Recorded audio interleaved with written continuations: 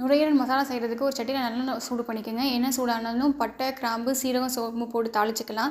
அது பொரிஞ்சதுக்கப்புறமா நம்ம கட் பண்ணி வச்சுருக்க கொஞ்சோண்டு வெள்ளைப்பூடு ஆட் பண்ணியிருக்கேன். அப்புறமா ஒரு கைப்பிடி அளவு சின்ன வெங்காயத்தை சேர்த்துக்கோங்க. இதோட கொஞ்சோண்டு உப்பு போட்டுக்கோங்க. சீக்கிரம் வதங்கிடும் வெங்காயம். 3 மினிட்ஸ் கழிச்சு ஒரு சின்ன தக்காளி கட் பண்ணதை ஆட் பண்ணியிருக்கேன். இதோட சேர்த்து கொஞ்சம் மஞ்சத்தூள் போட்டுக்கோங்க. இது நல்லா தக்காளி மசிகிற வரைக்கும் சாட் பண்ணுங்க. இப்போ நம்ம மஞ்சத்தூளோட கழுவி வச்சுருக்க நுரையீரல் இதோட சேர்த்துக்கலாம். நல்லா மிக்ஸ் பண்ணிக்கோங்க. இது கலர் மாறும். இப்போ பாருங்கள், கலர் மாறிடுச்சு. இப்போ இதுக்கு 1.5 ஸ்பூன் சாம்பார் தூள், 1 ஸ்பூன் மல்லித்தூள் சேர்த்துருக்கேன் நான். இதெல்லாம் மிக்ஸ் பண்ணிக்கோங்க. ஒரு 3 to 4 மினிட்ஸ் கழிச்சு நுரையீரலே தண்ணி விட ஆரம்பிச்சிடும். பாருங்கள், இப்போ நல்லா தண்ணி விட ஆரம்பிச்சிருச்சு. இப்போ இதை நல்லா மிக்ஸ் பண்ணி விட்டு மூடி வச்சுருங்க. லோ டு மீடியம் ஃப்ளேமில் இருக்கட்டும் அடுப்பு.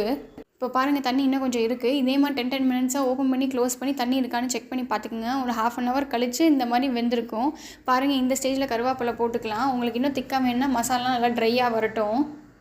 இறக்கும் போது மல்லித்தலையை தூவி இறக்கிக்கலாம். அவ்வளோதான், ஈஸியான நுரையீரல் மசாலா ரெடி ஆயிடுச்சு.